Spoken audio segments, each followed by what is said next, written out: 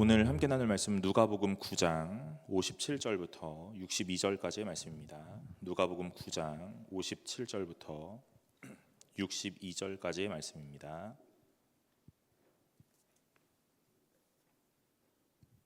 누가복음 9장 57절부터 62절까지의 말씀입니다. 다 찾으신 줄로 알고 제가 한 절 여러분이 한 절 교독하도록 하겠습니다. 길 가실 때에 어떤 사람이 여짜오되 어디로 가시든지 나는 따르리이다. 계속해서 이르시되 여우도 굴이 있고 공중의 새도 집이 있으되 인자는 머리 둘 곳이 없도다 하시고 또 다른 사람에게 나를 따르라 하시니 그가 이르되 나로 먼저 가서 내 아버지를 장사하게 허락하옵소서. 죽은 자들로 자기의 죽은 자들을 장사하게 하고 너는 가서 하나님의 나라를 전파하라 하시고 또 다른 사람이 이르되 주여 내가 주를 따르겠나이다마는 나로 먼저 내 가족을 작별하게 하소서. 예수께서 이르시되 손에 쟁기를 잡고 뒤를 돌아보는 자는 하나님의 나라에 합당하지 아니하니라 하시니라. 아멘. 오늘은 총신대학교 신학대학원 예배학 교수님이신 주종훈 목사님께서 그리스도를 따르는 삶의 유익과 과제라는 제목으로 말씀을 전해주실 겁니다. 나오실 때 우리 큰 박수로 환영하도록 하겠습니다.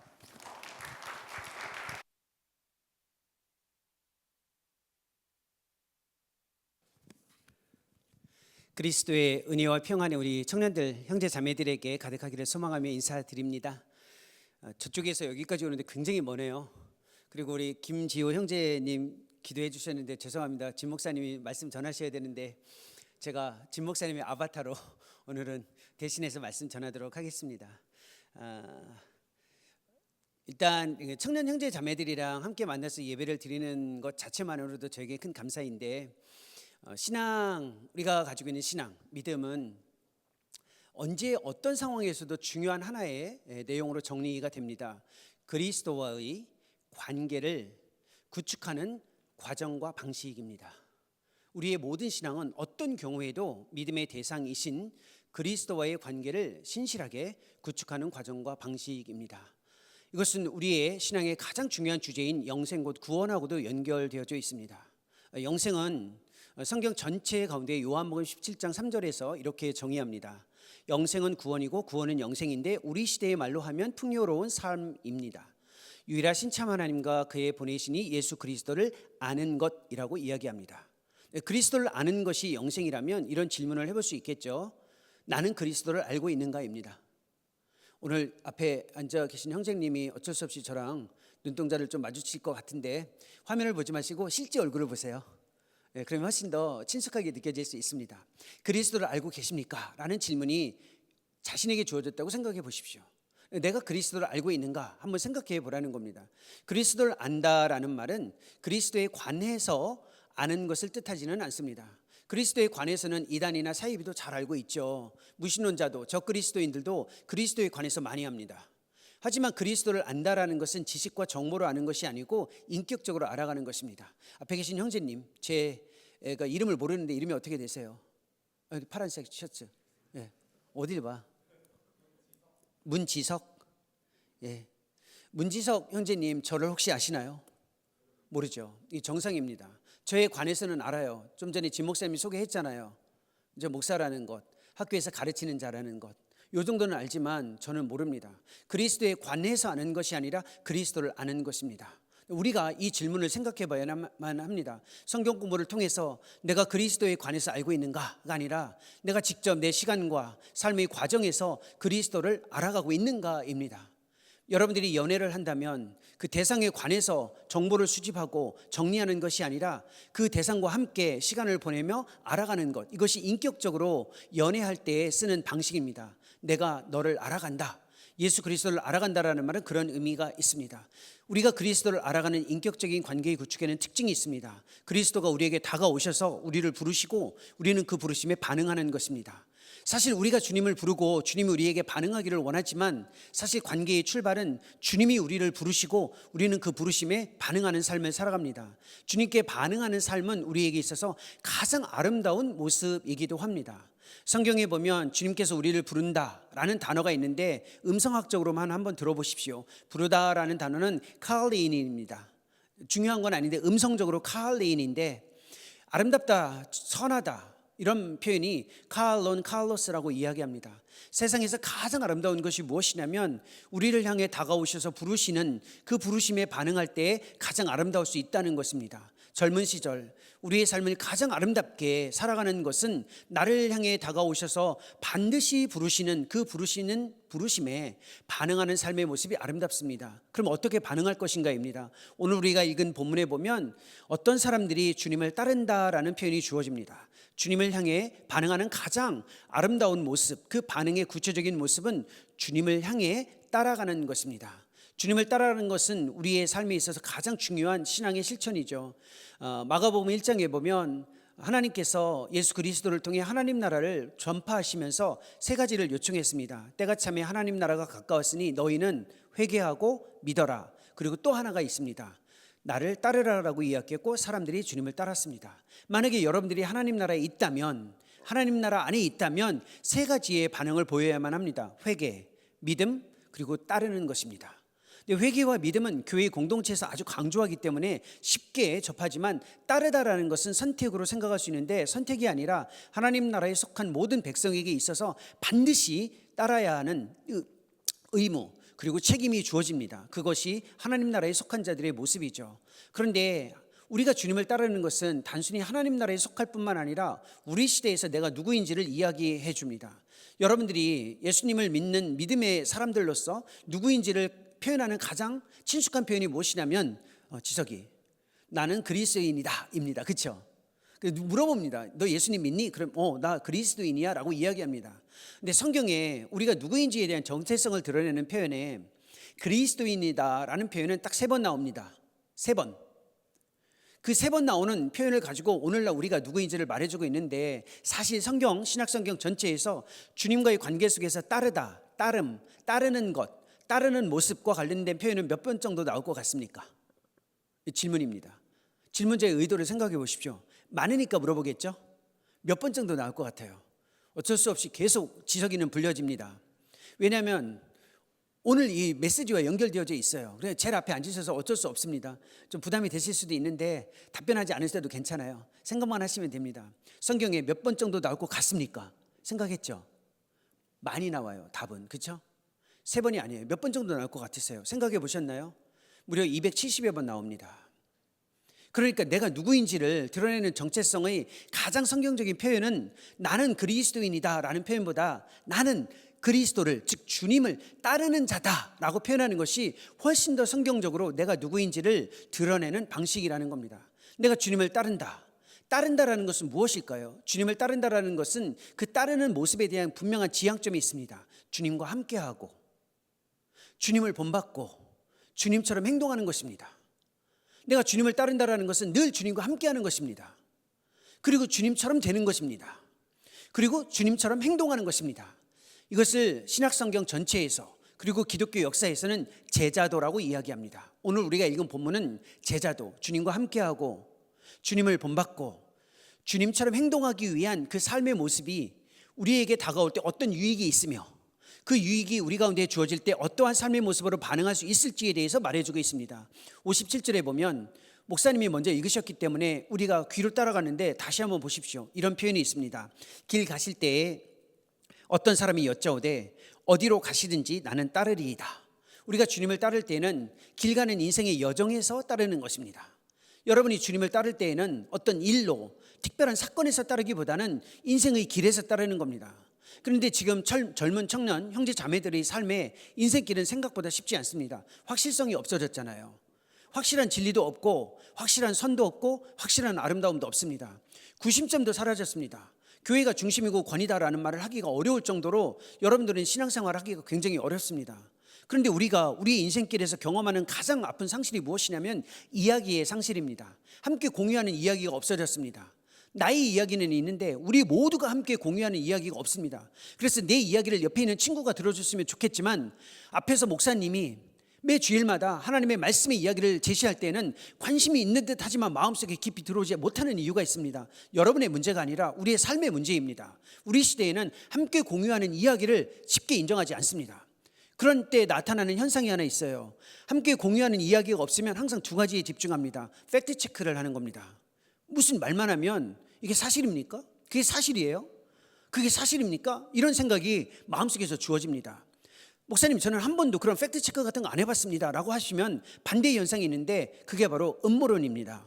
무슨 말만 하면 음모를 생각합니다. 오늘 또 목사님이 저렇게 이야기하시는 거 보니까 뭔가 뒤에 숨겨진 의도가 있을 거야. 그 끝에 뭔가를 얘기하시려고 그러겠지. 항상 보면 그 진리의 가르침에 집중하기보다는 음모를 생각합니다. 누군가가 말만 하면 이 두 가지, 팩트 체크냐 음모냐에 기울어져 있습니다. 그게 우리 시대의 삶입니다. 이런 상황 속에서 어떤 사람이라고 이야기합니다. 주님을 따르는 자는 제자인데 왜 본문에서는 어떤 사람이라고 이야기할까요? 제자가 주님을 따르는 게 아니라 주님을 따라야 제자가 되기 때문에 어떤 사람이라는 겁니다. 이 어떤 사람의 고백은 사실상 우리 모두의 고백이고, 예수님 편에서는 너희 모두가 이 어떤 사람 가운데 있을 수 있다라는 겁니다. 우리 시대에 주님과의 관계 속에서 이 어떤 사람처럼 이런 고백을 했으면 좋겠습니다. 어디로 가시든지 나는 따르리이다. 이게 주님과의 관계에서 가장 중요한 동사입니다. 우리가 주님과의 관계에 어디에 집중하냐면 finding, 찾는 데에 집중합니다. 주님과의 관계 속에서 많은 청년들이 젊은 20대와 30대를 살아가면서 내가 주님과의 관계를 맺는 이유가 있습니다. 주님, 저를 어디로 부르셨습니까? 무슨 일로 부르셨습니까? 주님이 저를 부르신 그 자리를 찾고 싶습니다. 그게 하나님의 뜻이라면 그 일에 집중하고 싶습니다. 그래서 항상 주님과의 관계에 우리의 삶에 주어지는 핵심 동사는 following이 아니라 finding입니다. 주님은 그걸 바꾸라는 겁니다. 찾기 위해서 나를 따르지 말고 나를 따르면 너의 길이 찾아진다입니다. 그러니까 주님과의 관계 속에서 여러분들이 특별히 주의할 것이 있어요. 주님을 따르다 보면 주님이 나를 부르신 길이 나에게 찾아지는데, 우리는 찾기 위해 주님께 가까이 합니다. 그러면 주님이 은혜를 주셔서 무엇인가를 찾을 수 있어요. 그럼 찾고 난 다음에 주님과의 관계가 없습니다. 왜? 다 했잖아요. 찾았으니까.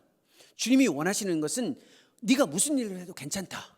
나를 따른다면, 나를 따르는 방식으로만 살아간다면 무슨 일을 해도 괜찮다입니다. 따라서 우리에게 중요한 핵심, 정말 어려운 주제예요. 우리 20대를 30대를 살아가면서 내가 무엇인가에 찾는 거에 집중하고 싶은데 주님은 나를 따르는 거에 집중하라고 말씀하시기 때문에 그렇습니다. 주님을 따르는 그 과정에서 찾아지는 은혜가 우리에게 주어지는 것이 무엇인지를 생각해야 되는데, 이 어떤 사람의 고백이 나온 배경을 이해하면 훨씬 더 선명하게 이 의미를 알 수 있습니다. 오늘 읽은 9장 57절의 본문의 배경은 46절부터 출발합니다. 46절은 이런 편이 있어요. 그냥 성경 보시면 되는데, 제자들 중에 누가 큰지라는 변론이 주어졌습니다. 당시에 예수님을 따르던 제자가 몇 명이었어요? 지석이 12명이에요. 어려운 질문이 아니기 때문에 이건 부담이 없을 거예요. 그렇죠? 12명이 순서를 정했다라는 겁니다. 여러분들 청년들이 있는데 순서를 정한다. 사람이 많으니까 순서 정하기가 쉽지 않은데 12명이 순서를 정했어요. 근데 이 순서를 정하는 게 그 당시로서는 지극히 자연스러웠습니다. 랍비라는 스승을 따르는 제자들은 항상 순서를 정했어요. 그 당시의 문화였습니다. 예수님도 순서를 정하는, 즉 비교와 경쟁을 통해서 순서를 정하는 것에 대해서 문제를 삼지는 않습니다. 여러분이 신앙생활할 때 경쟁사회에 비교하는 거, 이거는 하나님이 원하시는 것이 아니야 라고 할 수 있는데 떠날 수는 없어요. 우리의 고정값입니다. 우리의 삶은 늘 항상 비교와 경쟁을 통해서 순서를 정합니다. 대학 시절 그랬잖아요. 직장 생활도 마찬가지입니다. 여러분의 삶에 살아가는 환경을 보십시오. 우리 시대를 가리켜, 이제 청년들이니까 제가 조금 전문적인 언어를 조금 써도 되나요? 영어를 써도 괜찮아요? 허락받고 쓸게요. 우리 시대, 우리가 살아가는 우리 시대를 가리켜 meritocracy라고 이야기합니다. merit, 그 다음에 cracy예요. meritocracy라는 말은 경쟁 중심 사회라는 뜻입니다. 무엇인가 경쟁에 의해서 우위를 정하고 순서를 정하는 사회라는 겁니다. 근데 이게 불공평하다라는 거죠. 처음부터 경쟁선상에서 좋은 위치에 있는 사람이 있고 그렇지 못한 사람이 있습니다. 그러니까 늘 항상 우리는 힘들어요. 이 경쟁사회를 떠날 수는 없어요. 예수님도 이 경쟁사회를 완전히 떠나서 살아가라 이런 말씀을 하신 적은 없습니다. 그러니까 비교하고 경쟁하는 것 속에서 우리가 영적으로 우리 스스로를 준비해야 되는데, 그것이 무엇이냐면 우리의 삶을 무너뜨리지 못하도록 우리 스스로의 내면에서 비교와 경쟁사회에서 영적으로 살아가는 건데, 그것이 무엇이냐면 질투와 연민을 주의하는 겁니다. 여러분이 주님을 따를 때 가장 힘든 게 뭐냐면 질투와 연민이에요. 근데 질투는 비교적 괜찮아요. 왜냐하면 부러워도 티를 잘 안 내요. 이게 훈련된 겁니다. 예수님을 믿기 시작하면 뭐 지저귀처럼 신앙생활을 조금 한 형제 자매들이라면 신앙의 경험이 있기 때문에 질투 하나님이 싫어하는 거야. 내가 부러워도 부러운 거 티를 안 내요. 그죠? 티 안 내죠. 부러움은 있지만 티를 안 내요. 그러니까 괜찮아요. 우리 훈련이 돼 있어요. 근데 연민은 아닙니다. 연민은 티 내고 싶지 않아도 그냥 나와요. 연민이 뭡니까? 옆에 있는 형제 자매, 그러니까 잘 되는 게 힘든 게 아니에요. 옆에 있는 형제 자매들이 잘 되는데 왜 나는 안 되냐는 거예요. 저 친구가 저런 대가를 받고 있는데 왜 나는 그 대가가 없느냐. 저 친구가 받는 처우가 괜찮은데 왜 나에게는 없느냐는 거예요. 저 기회가 저 형제 자매에게는 가는데 왜 나에게는 오지 않느냐는 거예요. 그러니까 옆에 있는 친구가 잘 돼서 힘든 게 아니에요. 그게 왜 나에게는 없느냐예요. 이게 연민이라는 겁니다. 이 연민에 한번 사로잡히면 주님께 나가는 데 있어서 주님을 따르는 데 있어서 굉장히 힘듭니다. 여러분이 지금 주님을 따를 때 가장 힘든 게 비교와 경쟁 사회 속에서 여러분의 내면을 잡고 있는 이 연민 때문에 그렇습니다. 근데 영적으로 이 연민의 뿌리가 무엇이냐면 인정 중독이에요. 사람은 끊임없이 인정 중독에 걸려서 언어든 구체적인 표현으로 인정을 받고 싶어 합니다. 인정해 주는 것은 우리의 삶에 지극히 정상적인 거지만 그 인정 중독에 한번 빠지기 시작하면 주님을 따르는데 굉장히 어렵습니다. 여러분이 이 메리토크래시라는 경쟁 중심 사회에서 무엇인가 조금 더 나은 삶을, 즉 흔들림 없이 영적으로 건강한 삶을 살려면 분명히 살아가야 할 태도가 있는데 기준을 바꿔버리는 겁니다. 프레임을 바꿀 수는 없습니다. 이 사회를 바꿀 수는 없는데 이 사회의 기준을 바꿔서 살아가는 겁니다. 그래서 예수님이 이 비교하고 경쟁했던 이 제자들을 향해 어린아이 하나를 데려왔다라고 이야기합니다. 47절에 그렇게 있어요. 어린아이 하나를 데려왔어요. 47절에. 그리고 48절에 이런 표현을 합니다. 제가 읽어드릴게요. 한번 들어보십시오. 48절입니다. 그들에게 이르시되 누구든지 내 이름으로 이런 어린아이를 영접하면 곧 나를 영접함이요 또 누구든지 나를 영접하면 곧 나를 보내신 이를 영접함이라. 너희 모든 사람 중에 가장 작은 그가 큰 자니라. 어떤 단어가 반복되죠? 영접이라는 단어입니다. 우리가 이 세상에서 가장 큰 자가 되려면 세상에서는 많이 인정받는 것이 순서입니다. 연봉이 많아야 됩니다. 성적이 좋아야만 합니다. 내가 받고 있는 처우가 높아야 됩니다. 물량적으로. 그런데 하나님의 관점에서는 많이 인정받는 게 아니라 많이 인정할 때 높은 자가 될 수 있다라는 겁니다. 내가 인정을 받는 게 아니라 인정하면 할수록 큰 자가 될 수 있다라는 겁니다. 그것이 영접이라는 표현이죠. 어느 정도까지 인정을 해줘야 되냐면 어린아이를 인정하는 정도까지입니다. 여러분들 주변에 조카 있죠? 결혼을 안 했으니까 청년들이시죠? 근데 주변에 혹시 조카가 있으신 분? 어린아이, 어린 조카 있는데 손 안 드는 거죠. 뭐 물어볼까 봐. 어린아이 한번 생각해 보십시오. 어린아이 하면 어떤 느낌이 있어요? 자매님 귀엽죠? 관심이 없을 수도 있지만 어린아이 하면 귀엽잖아요. 보통 이게 보통의 마음이에요. 어린아이를 봤는데 혐오스럽다 이런 사람은 없어요. 어린아이는 귀여워요. 너무 귀여워요. 근데 성경에서 어린아이는 귀여움의 대상이 아니에요. 의존적 대상, 스스로 아무것도 할 수 없는 연약한 대상, 무기력한 대상을 뜻합니다. 그래서 성경에서 어린아이는 스스로 아무것도 할 수 없는, 때로는 무시해도 될, 아니면 가치가 없는 대상을 가리켜 어린아이라고 이야기합니다. 그 정도의 대상까지 받아들일 수 있다면 하나님 편에서 큰 자가 될 수 있다는 겁니다. 여러분의 삶에 주님께서 말씀하시는 겁니다. 내 스스로의 삶을 위해 끊임없이 집중하고 수 있지만 내 주변에 신경 쓰지도 않아도 될 그 대상. 아까 우리 지호가 기도했잖아요. 지호죠, 지호. 지호 어디 있어요? 예, 여기 있다가 그리 가신 거예요? 지호가 기도했잖아요. 새가족 웰컴팀에 누군가 오면 함께 받아 안고 환영하고 기도하고 그렇게 공감하면서 살아가시면 좋겠습니다라고 기도하셨잖아요. 이게 바로 그거예요. 관심을 가지 않아도 돼요. 신경 쓰지 않아도 돼요. 무시해도 문제되지는 않아요. 하지만 그런 대상까지 찾아가서 받아들일 수 있다면 큰 자라는 겁니다. 이게 생각보다 어려운 시대죠. 왜냐하면 우리 시대에 실력은 많지만 옆에 있는 사람에게 관심을 갖는 것은 굉장히 어려운 과제이기 때문에 그렇습니다. 이 교훈을 제자들이 들은 겁니다. 그때 주님을 따르던 자들이 어느 누구도 주님을 따르겠다라는 용기를 낼 수 없을 때 57절 바로 이 어떤 사람이 용기를 낸 겁니다. 그래서 예수님은 제자라는 표현을 누가를 통해서 드러내지 않으시고 어떤 사람이라고 이야기한 겁니다. 길 가실 때 어떤 사람이에요? 이때부터는 이전에는 제자였는데 이제 어떤 사람이에요? 그러니까 주님을 따르는 게 무엇인지에 대해서 의미를 분명히 들었기 때문에 쉽지 않다는 걸 알고 이 어떤 사람이 용기를 냈습니다. 근데 이 어떤 사람이 누구인지는 추측이 돼요. 그렇죠? 늘 예수님을 따랐던 사람 중에 늘 앞서서 항상 튀는 한 사람이 있었잖아요. 중요한 건 아니에요. 누구인지는. 그런데 그 어떤 사람이 뭐라고 얘기했냐면 나는 어디로 가시든지 주님을 따르겠습니다예요. 이 맥락에서 이 긴장 관계 속에서 이 고백을 했다라면 대단한 겁니다. 그렇죠? 이때 58절에 예수님께서 그 고백을 듣고 이렇게 답변하십니다. 여우도 굴이 있고 공중에 새도 집이 있으되 인자는 머리 둘 곳이 없도다. 이게 무슨 뜻일까요? 자, 이제 지석 옆에 있는 형제한테 물어볼까요? 괜찮죠? 그냥 물어봐도 되죠? 네. 환기시키는 겁니다. 이 말의 의미를 생각해야 되기 때문에.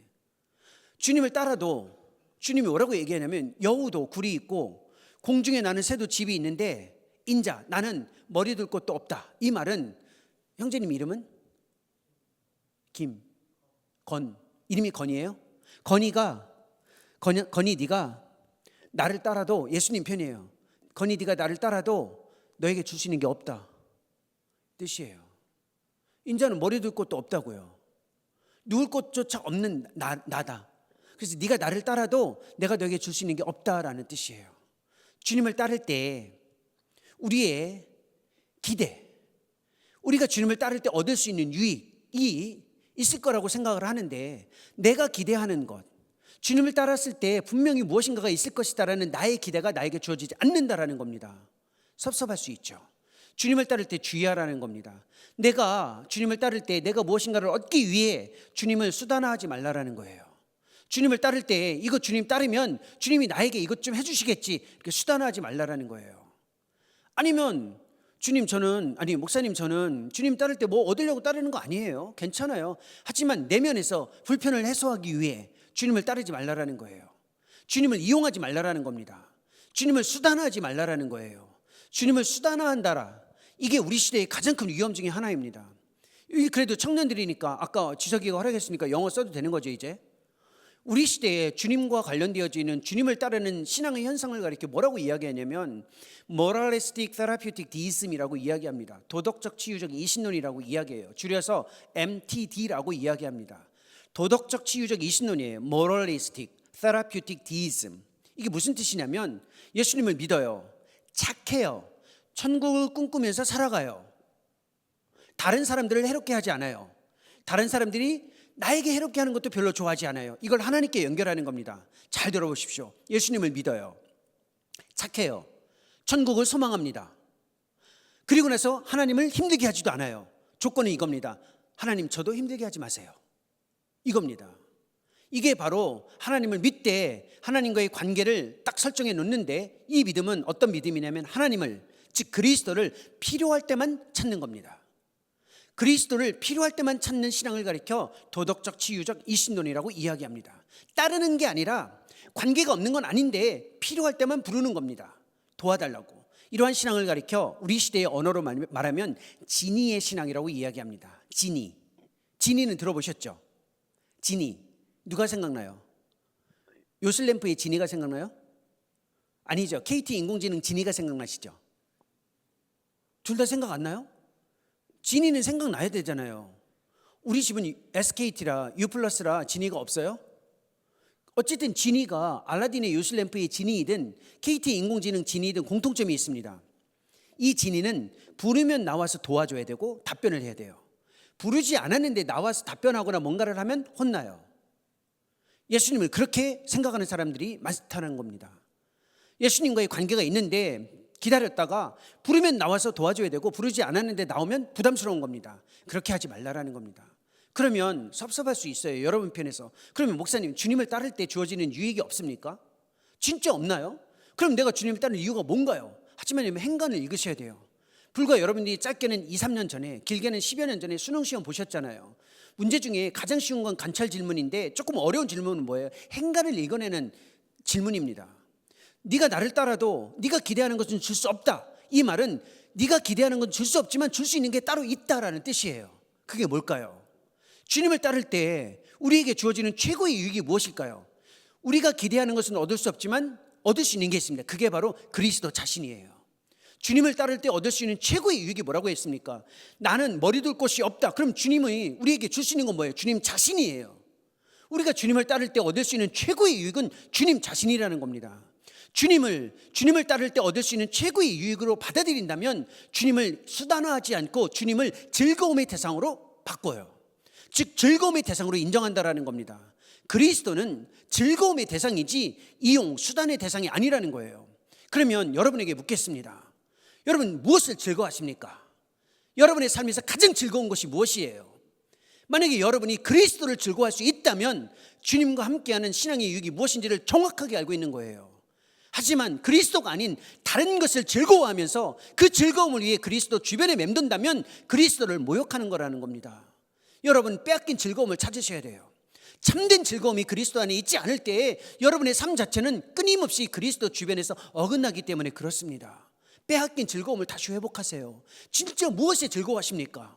여러분의 삶의 즐거움, 그 즐거움을 가져다 주는 것이 그리스도가 아니고 다른 것이 있다면 그 전환하라라는 겁니다. 신앙 고백의 가장 첫 번째 질문이 있어요. 세례 받으신 분? 여기까지만 묻게요. 그 다음에 괜찮습니다. 손 들으셔도 돼요. 세례를 받을 때, 유아 세례이든 입교를 할 때 신앙 고백 첫 번째 질문이 있습니다. 인간의 궁극적인 목적이 무엇이냐라고 묻습니다. 그렇죠? 1번 질문이에요. The ultimate purpose of human being. 인간의 궁극적인 목적이 무엇이냐는 겁니다. 답은 무엇인가요? 아시잖아요. 하나님을 영화롭게 하고 영원히 그분을 즐거워하는 거예요. 이게 기독교 유산입니다. 신앙 고백의 첫 번째예요. 여러분은 무엇을 즐거워하시나요? 그 즐거움의 대상이 주님인지 분명히 확신하라는 겁니다. 주님을 따를 때 주님 자신이 유익이라면 즐거워할 뿐만 아니라 신뢰하는 겁니다. 그게 오전 1, 2부 예배 때 오늘 예배를 설명하면서 아벨의 이야기를 통해서 설명했습니다. 아벨은 하나님을 절대적으로 신뢰했던 인물 중에 한 사람이죠. 창세기 4장에 나와 있습니다. 아벨은 하나님이 주신 장자권이 없었어요. 그 당시에 장자권은 특권입니다. 오늘날로 말하면 많은 것들을 가지고 있는 기득권이라고 볼 수 있겠죠. 근데 아벨은 그게 없었어요. 그러니까 이 땅에서 의지할 수 있는 게 아무것도 없으니까 불확실성 속에서 의존할 수 있는 게 오직 하나님이었습니다. 여러분의 삶 지금 무엇을 의지하십니까? 뱅크 어카운트에 있는 나의 잔고, 남아있는 잔고를 의존하고 계십니까? 아니면 여러분이 뭔가 살아가는 데 있어서 여러분의 기반이 될 만한 무엇인가를 의존하고 계십니까? 그건 다 선물이에요. 여러분의 은행 계좌에 있는 돈이나 여러분의 직장이나 학교나 여러분의 삶의 터전은 의존 대상이 아니라 하나님이 주신 감사의 대상이에요. 신뢰의 대상을 감사의 대상으로 혼동하시면 안 돼요. 신뢰의 대상은 주님이라는 겁니다. 그것이 바로 주님을 따를 때 주어지는 최고의 유익에 부합한 삶의 모습을 드러내는 거죠. 이 정도 되면 좀 부담이 되기 때문에 어느 누구도 못 가요. 주님께. 그래서 보십시오. 누가가 기록한 내용에 따르면 59절에 보면 이제는 어떤 사람이 나서지 못하니까 예수님이 이렇게 이야기하십니다. 또 다른 사람에게, 예수님이 다른 사람에게예요. 다가가서 이렇게 이야기합니다. 나를 따르라. 이렇게 이야기한 겁니다. 이 맥락에서 지서가 네가 나를 따라라. 이렇게 이야기하는 겁니다. 건아, 네가 나를 따라라. 이렇게 주목해서 이야기하는 겁니다. 예수님이. 제가 이름을 부르지 않았지만 옆에 계신 자매님 건의 볼 필요 없어요. 그렇죠? 자매님에게도 이야기하는 겁니다. 네가 나를 따라라. 반주하시는 자매님에게도 마찬가지예요. 네가 나를 따라라. 이게 지금 예수님이 우리에게 주어지는 요청입니다. 그럼 이쯤 되면 승동교회 청년 형제 자매들은 예수님 제가 주님 따르겠습니다 라고 할 거예요. 그렇죠? 그렇죠? 제가 일면식도 없었던 사람이 와가지고 자꾸 질문하고 말 시키니까 부담스러워서 너무 죄송한데요. 근데 한번 생각을 해보세요. 여러분 같으면 그래도 주님 제가 따르겠습니다라고 얘기하지 않을까요? 근데 이 사람이 뭐라고 했는지 한번 보십시오. 59절에 뭐라고 했는지. 그가 이르되 나로 먼저 가서 내 아버지를 장사하게 허락하옵소서. 근데 갑자기 왜 아버지 장사한다라는 얘기가 나올까요? 뭐냐면 우선순위의 문제입니다. 우선순위를 정해놓고 가겠다라는 거예요. 왜냐하면 죽은 자를 장례하는 것은 최고의 우선순위 1번입니다. 주님을 따를 때 우선순위에 집중하면 시간 관리에 집중하게 됩니다. 근데 시간 관리가 예수님을 따를 때 있어서 최고라고 생각하는 것은 이 세상의 자기개발 논리에 스스로를 가두는 겁니다. 우리가 주님을 따를 때 중요한 건 시간 관리가 아니에요. 타임 매니지먼트는 자기개발의 방식입니다.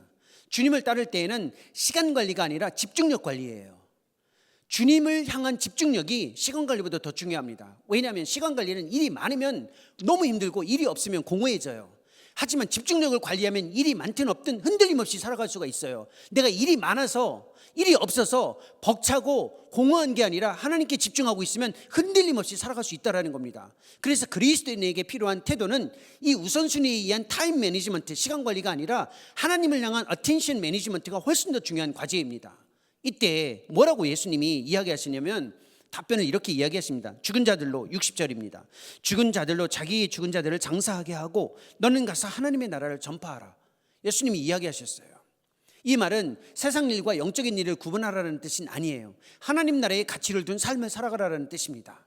그러면 하나님 나라의 가치를 둔 삶을 살아가는 것이 주님을 따르는 것과 어떤 연결이 있을까요? 이 사람의 답변을 통해서 확인해 볼 수 있습니다. 뭐라고 얘기했냐면 59절에 먼저 가서 아버지를 장사하게 허락해 달라고 했습니다. 먼저 가서 아버지가 죽었다는 게 아니라 아버지가 죽고 나면 정리하고 그때 주님을 따르겠습니다. 주님을 따를 때 하나님 나라의 가치 안에 있는 사람들은 조건적으로 따르지 않습니다.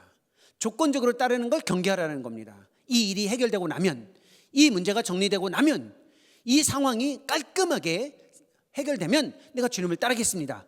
이 조건적인 신앙을 향해 예수님이 이야기하는 겁니다. 우리가 주님을 따를 때 늘 이 조건적인 상황에 빠지고 싶어요. 주님, 이것만 해결해 주신다면 제가 주님 잘 따르겠습니다. 이번에 이 직장만 들어갈 수 있게 해주신다면 이 직장에서 제가 주님의 영광을 위해서 살겠습니다. 이 대학 과정에서 이 과정만 잘 마무리시켜 주신다면 제가 하나님의 영광을 위해서 살아가겠습니다. 이게 조건적으로 다가가는 사람들이 있어요. 그렇게 하지 말라는 겁니다. 주님을 따를 때 조건적으로 따르고 싶어 하죠. 왜? 이 문제가 너무 커 보이니까. 이 문제가 해결되고 나면 주님을 따를 수 있을 것 같은데 실제는 그렇지 않습니다. 그게 성경의 법칙이에요. 이스라엘 백성들 힘들고 어려울 때마다 어떻게 기도했어요? 주님, 우리 한 번만 도와주십시오. 먹을 것이 없는데 이 일용할 양식 한 번만 주십시오. 주의 은혜를 경험하고 주를 따르겠습니다. 다 원점으로 돌아갔습니다. 저도 마찬가지예요. 제가 몇 살로 보이시나요? 중요한 질문은 아닌데 여러분들보다는 나이가 많아요. 저도 여러분의 인생을 같이 경험해 왔습니다. 김 목사님은 외모로 저보다 나이가 많아 보이죠? 죄송합니다. 무리하게 표현해서. 근데 머리가 좀 더 허여시니까 그렇게 볼 수도 있는데 아마도 김 목사님은 저보다 나이가 어리실 것 같아요. 그럼 몰라요. 중요하진 않은지. 중요한 건 아니에요. 근데 제가 왜 이 말씀을 드리냐면 여러분의 인생을 저도 경험해 왔기 때문에 그렇습니다. 조건적으로 따르는 신앙이 20대, 30대에 굉장히 많아요. 저도 그렇게 주님을 따랐어요. 제가 한국에서 목사 안수를 받고 30대 초반에 유학 생활을 떠났습니다. 약 10여 년 가까이 유학 생활하는 동안 정말로 힘들었습니다. 왜냐하면 여러분들이 저를 어떻게 보실지 모르겠지만 저는 실력이 없었어요. 똑똑하지는 않았습니다. 하지만 열심히 했습니다. 그러니까 똑똑하지 않으니까 열심히라도 해야죠. 유학 생활을 하려면. 실력이 없으니까 열심히 했어요. 정말 열심히 하는데 그래도 힘들더라고요. 영어가 단순한 이 대화가 아니라 회화가 아니라 아카데믹, 학문적인 언어를 익혀가지고 발표를 하고 글을 써야 되는 게 생각보다 어려웠습니다. 매 학기마다 이렇게 기도했습니다. 주님, 이번 한 학기만 저에게 은혜를 베풀어 주셔서 잘 마무리시키시면 제가 주를 위해 헌신하겠습니다. 주님, 이번 학기만 좀 어떻게 잘 정리시켜 주신다면 제가 주를 위해 헌신하겠습니다. 마지막에 제가 어떻게 기도했는 줄 아세요? 하나님이 매 학기마다 은혜를 주셨고 저는 똑같은 원점으로 돌아갔으며 마지막에 이렇게 기도했습니다. 졸업 논문 심사를 앞두고 주님, 제가 이 졸업 논문 학위 논문 패스하지 못하면 다시 원점으로 돌아가서 지금까지 9년의 기간의 유학이 아무것도 안 되는데 어떻게 할까요? 주님, 이것만 한번 도와주십시오. 그럼 제가 주를 위해 남은 인생 정말 헌신하겠습니다. 그리고 혹시 주님 오시려거든 좀 천천히 오십시오. 제가 학위 받은 다음에 오십시오. 학위 받고 제가 주님을 섬기겠습니다. 영광은 받으셔야 하지 않겠습니까? 이렇게 말도 안 되는 기도를 했어요. 얼마나 우습습니까? 여러분, 제가 얼마나 형편없는 인간입니까? 내 학위 하나 받고 그거 인정받으려고 주님 오시는 문제까지 거들먹거리면서 기도를 했다. 이게 저의 인생이었습니다. 그리고 나서 제가 케냐에 처음 들어가서 사역을 했죠. 어떻게 사역했을 것 같으세요? 똑같은 선교사였습니다. 변함없이 매번 이것만 해결해 주신다면, 이 문제만 해결해 주신다면 똑같은 사람입니다. 제가 그리고 나서 키예프로 올라갔습니다. 우크라이나에서 선교사로 사역하는 동안 변함없이 똑같은 기도를 했습니다. 지금도 마찬가지예요. 그러면서 제가 마음속에 드는 그 간절한 고백이 하나 있습니다. 주님, 이제는 조건적으로 주님을 따르지 않고 지금 이 순간 아주 작은 일에서라도 주님을 따랐으면 좋겠습니다. 기도 제목이 바뀌는 거예요. 왜냐하면 작은 일에서 주님을 따라야 조건적이지 않고 큰 일이 주어졌을 때 주님을 따를 수 있기 때문에 그렇습니다. 조건적인 사람들의 특징이 있어요. 신앙이 조건적인 사람들은 큰 일, 인정받는 일에만 집중하고 있다는 거예요. 작은 일에서 주님을 만나려고 하지 않아요. 하지만 여러분들이 진짜 주님을 따르고 여러분의 삶을 새롭게 하시려면 작은 일에 집중하셔야 돼요. 작은 일에서 주님을 따르면 큰 일이 주어져도 주님을 따를 수 있어요. 조건적인 사람들의 대부분은 작은 일에 집중하지 못해요. 하지만 하나님의 관점에서 보면 작은 일이 굉장히 중요해요. 에서를 생각해 보십시오. 팥죽 한 그릇 때문에, 죽 한 그릇 때문에 인생이 망가졌잖아요. 죽 한 그릇이 뭐라고요? 사울은 한 나라의 왕이었습니다. 그런데 젊은 청년 하나 질투하다가 인생이 망가졌어요. 다윗은 달랐어요. 사울에게 쫓기는 동안 광야에서 다윗이 어떤 모습을 보였나요? 그 긴 밤, 들짐승의 울음소리나 풀벌레 소리만 들려도 몸을 움츠리면서 자기 자신의 내면을 하나님께 비추는 훈련을 했어요. 작은 생각, 작은 감정, 작은 욕망 하나를 하나님께 연결했다라는 겁니다. 여러분의 삶의 자리에서 지극히 작은 것 하나, 지극히 작은 것에 집중하지 못하면 큰 일이 주어져도 주님을 따를 수가 없어요. 그러니 조금 힘들더라도 조건적으로 주님을 따르려고 애쓰지 마시고 지극히 작은 것 하나에서, 내가 맡은 그 작은 것 하나에서 주님을 따르는 훈련을 하는 겁니다. 내 마음에 주어진 생각, 내 마음에 주어진 감정, 내 마음에 주어진 이 욕망이 하나님을 향해 가고 있는가, 그 작은 것을 살피라는 겁니다. 이게 기독교 신앙의 표현으로 solitude, 고독이라고 하는 겁니다. 내면에서 지극히 작은 것을 하나님과 연결하는 훈련을 하지 못하면 큰 일이 주어져도 주님을 따르기는 어렵습니다. 제가 좀 전에 말씀드렸던 것처럼 케냐에서 선교사를 사역을 했습니다. 그때 작은 일에 대한 소중함을 그때 깊이 경험했습니다. 저는 케냐에 처음 선교사로 갈 때 혹시 저를 어떻게 보실지 모르겠지만 제가 엄청 소심해요. 저 내성적인 사람이고요. 이 젊은 이 형제 자매들의 표현으로 이야기하면 MBTI 파악이 되시죠? 잘 안 되세요? I, 극 I예요. 극 I. 그리고 트리플 A입니다. 혈액형은 AA 하나 더 붙어요. 굉장히 내성적이고 소심해요. 겁이 많다는 겁니다. 저는 케냐 선교사로 갈 때 현지 답사를 안 했어요. 혼자 가서 보통 이제 미리 그 답사를 하고 확인한 다음에 가족들이랑 들어가잖아요. 그렇게 하지 않았어요. 이유는 가서 놀라서 못 들어갈까 봐. 그래서 안 갔어요. 답사를 하지 않고 현지인들과 의사소통을 하면서 준비하고 한 번에 저희 식구들이랑 들어갔습니다. 2012년 1월 조모 케냐타 나이로비에 있는 공항 이름입니다. 캄캄한 밤에 들어갔고 들어가기 전에 집 문제, 비자 문제를 해결하기 위해서 현지인과 의사소통을 굉장히 꼼꼼하게 했습니다. 아시듯이 소심하고 내성적인 사람은 꼼꼼해요. 굉장히 꼼꼼하게 잘 챙겼다라는 겁니다. 비행기를 타기 전에 집 문제를 확답받았고 비자 문제에 대한 요청을 했습니다. 깜깜한 밤에 들어가기 때문에 하루를 쉬고 다음날 아침에 가서 현지 그 직원에게 이렇게 이야기했습니다. 우리가 도착했으니 집을 달라. 그런데 지금도 생생합니다. 그 직원이 저에게 이렇게 이야기해요. 너를 주려고 했던 집 누가 급하게 찾아서 다른 사람 줬다. 말이 안 되죠. 말이 안 되는 게 현실이에요. 그때 제가 너무 당혹스러웠습니다. 왜냐하면 한국과 미국의 시스템 안에서 살던 사람이었기 때문에 그 말이 저에게는 이해가 되지 않았어요. 그 당시에는. 근데 급한 사람에게 줬다. 그건 현실이에요. 그래서 기다렸다가 집을 얻었죠. 문제는 비자였습니다. 6개월 안에 비자를 받지 못하면 불법 체류가 되기 때문에 연장 도장을 찍거나 아니면 어찌됐든 해결을 해야 돼요. 매주 찾아가서 이야기했습니다. 그 형제, 제가 이름을 잊을 수가 없어요. 그 형제 이름을 말하고 싶은데 존중하기 위해서 말하지 않습니다. 지금도 생각나요. 매주 찾아가서 물어봅니다. 비자가 나왔냐? 안 나왔다. 조금만 기다려라. 내가 일주일마다 한 번씩 이민국 사무실에 가는데 네 비자 안 나왔다라는 겁니다. 6개월이 다 돼갑니다. 안 나왔어요. 그 친구가 저에게 이렇게 이야기했습니다. 네 거 비자가 아직 안 나왔으니까 이제 이민국 사무실 가서 나랑 같이 가서 연장 도장을 찍자. 가야죠. 지금도 여전히 기억나는 한마디가 있습니다. 이민국 빌딩 딱 바로 앞에서 저에게 이렇게 이야기했습니다. 사실 너를 위한 비자를 신청하지 않았다. 무슨 소리예요? 6개월 동안 매주 물어봤는데 안 나왔다고 이야기했어요. 근데 6개월째 이민국 건물 앞에서 신청하지 않았다라는 거예요. 그래서 제가 돌을 찾았어요. 이런 사람은 그냥 있을 수 없다. 돌이 없었어요, 주변에. 이유가 뭐냐니까 네 이름이 헷갈렸다는 겁니다. 아니 어떻게 헷갈려요? 아니 외국인이잖아요. 아시아 사람의 이름이 아프리카 사람의 이름이랑 헷갈릴 수가 있어요? 헷갈렸대요. 제가 그때 마음에 어마어마한 분노가 있었습니다. 제가 박사학위를 마무리하고 한국으로 되돌아오지 않고 케냐에서 선교사로 헌신하겠다고 해서 그 나라에 들어가서 주님을 섬기겠다고 했는데 저에게 주어진 일은 주거 문제, 비자 문제로 6개월 동안 아무것도 하지 못한 겁니다. 요만한 책상을 앞에 두고 하나님께 정말로 절규하면서 따졌습니다. 하나님 이게 뭡니까? 제가 케냐 선교사를 위에서 헌신하고 여기까지 와서 이렇게 노력하고 있는데 이게 뭡니까? 저 한 XX 때문에 제가 아무것도 못할 것 같습니다. 이걸 어떻게 정리시켜 주십시오. 사람도 아니에요. 이걸 정리해달라고 기도를 했어요. 제가 그 간절한 기도 앞에 주님이 저에게 이렇게 말씀하셨어요. 내면에서, 야, 너 저 사람 때문에 힘들지? 케냐 선교사 하고 싶은데 너무 힘들지? 그러면 너 저 한 사람만 받아라. 그러면 너 케냐 선교사 할 수 있다. 마음이 바뀌어지는 마음의 음성이 들렸어요. 저는 케냐 선교를 위해서 이 한 사람이 너의 걸림돌이라고 생각했어요. 주님은 아니었어요.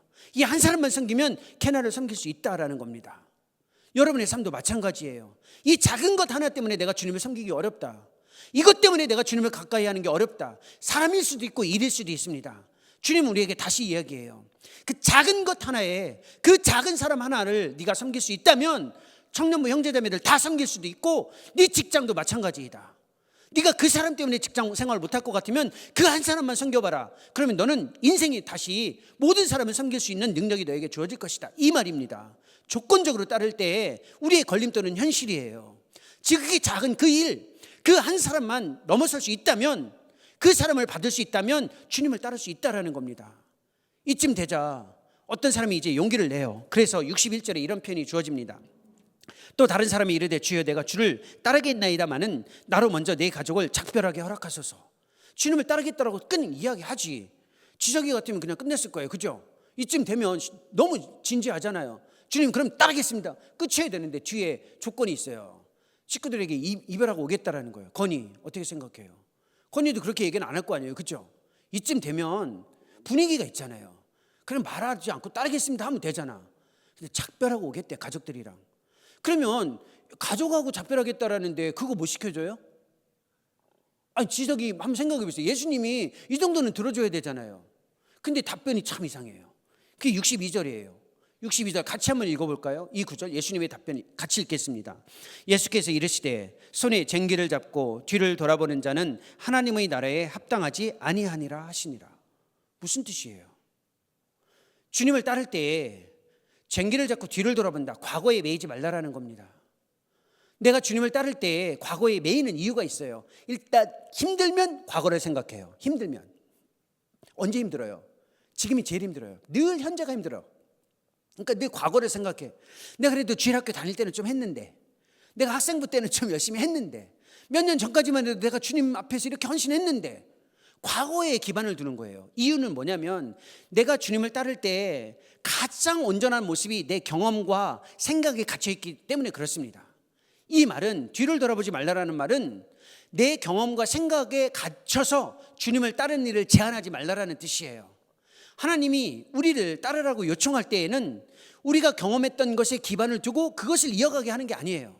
우리가 생각할 수 있는 것 안에 갇혀서 그 생각에 응답해 주시는 것이 아니라 내 경험과 생각을 넘어서서 하나님이 우리에게 열어주시는 새로운 세상이 있고 그것을 확신하라라는 겁니다. 그러니까 앞을 보고 가야 되는데 긍정과 낙관이 아니에요. 잘 될 것이다, 뭐 괜찮아질 것이다가 아니라, 이 말은 무슨 말이냐면 내가 한 번도 경험해보지 못했으나 내 앞에 나를 이끄는 내 삶의 분명한 실제가 하나님에 의해서 준비되어져 있고 그리스도께서 그걸 부여잡고 계신데 그것이 무엇인지 알지 못하더라도 용기를 내어 그걸 향해 가라는 뜻이에요. 여러분 얼마나 두렵습니까? 이제 20대 중반을 살아가고 있어요. 대학을 졸업하면 어떻게 해야 될까? 이제 내가 직장 생활을 하고 있는데 이 직장이 평생의 직장이냐? 계속 갈까 말까 고민하고 있습니다. 내가 어디로 가야 될까? 내 경험에, 내 생각에 비추었을 때 모든 것들이 다 답은 있어요. 그런데 때로 하나님께서 용기를 내라고 하실 때가 있습니다. 그게 바로 그거예요. 네가 한 번도 경험해보지 못했고 한 번도 생각해보지 못했으나 내가 너를 위해 만들어 놓은 삶의 실제가 있다. 그게 진짜 리얼리티다. 나는 그걸 너를 위해 준비하고 있으니 혹시 알지 못하더라도, 확신이 주어지지 않더라도, 네가 지금까지 경험 속에서 없더라도 용기를 내서 한 발만 내디뎌라. 그러면 내가 그 세계를 너에게 보여주겠다라는 초청이에요. 주님을 따르라라는 것은 의무가 아니고 우리를 위해 준비해 놓은 세계에 우리가 들어가야 된다라는, 주님이 우리를 부르시는 그 초청이라는 겁니다. 욥이 그걸 경험했어요. 욥이 자기가 생각하는 하나님의 실제가 아니었어요. 친구들이 욥에게 규정한 실제도 실제가 아니었어요. 하나님이 욥을 위해 준비해 놓은 그 실제가 진짜였어요. 욥이 그걸 확신하는 순간 욥의 인생이 바뀐 겁니다. 여러분의 인생에도 그러한 모멘트들이 계속해서 주어질 수 있습니다. 저는 학위를 마치고 단 한 번도 선교사가 될 거라고 생각해 본 적이 없어요. 여러분들과 같이 달라요. 오늘 인도네시아 단기 선교를 위해서 준비했죠. 저는요, 여러분이 진짜 부럽습니다. 저는 제 평생에 단기 선교도 한번 가본 적 없어요. 아까 얘기했잖아요. 선교지 갈 때에도 혼자 답사도 안 해봤다고. 제가 선교 관련해서 한 건 딱 하나 있었습니다. 선교 헌금. 그거 외에 한 게 없어요. 그랬던 제가 주님을 따르기 위해서 발 하나를 내디디려고 했는데 하나님이 저에게 보여주신 세계는 어마어마했습니다. 나이를 위해서 경험한 하나님의 위대하신 일, 우크라이나 키예프에서 여전히 보여주셨던 하나님의 위대하신 일, 그거는 누구에게 언어로 담아내기 어려운 어마어마한 은혜예요. 여러분의 인생도 그렇게 펼쳐질 것입니다. 용기를 내십시오. 주님을 따르는 것은 단순한 도덕과 율법 내지는 의무가 아니라 하나님이 여러분을 위해 준비해 놓은 그 세계에 들어가기 위한 아름다운 초청입니다. 기도하겠습니다. 살아계신 하나님, 그리스도 예수를 통하여 우리를 불러주시고 그 부르심 앞에 믿음으로 반응할 수 있도록 인도해 주셔서 감사합니다. 주님을 따를 때에 주어지는 유익이 우리가 기대하는 것이 아니더라도 주님 자신이 유익임을 확신하며 따르게 해 주옵소서. 즐거움의 대상으로 분명히 하게 하시고 조건적으로 주님을 따르지 않으며 작은 일에서도 주님을 따르게 하시고 우리 앞에 놓여져 있는 모든 삶의 가능성이 하나님으로부터 그리스도 예수 안에서 확실히 준비되어져 있음을 확신하여 용기 있게 한 걸음 한 걸음 살아갈 수 있도록 은혜를 베풀어 주옵소서. 예수님의 이름으로 기도합니다.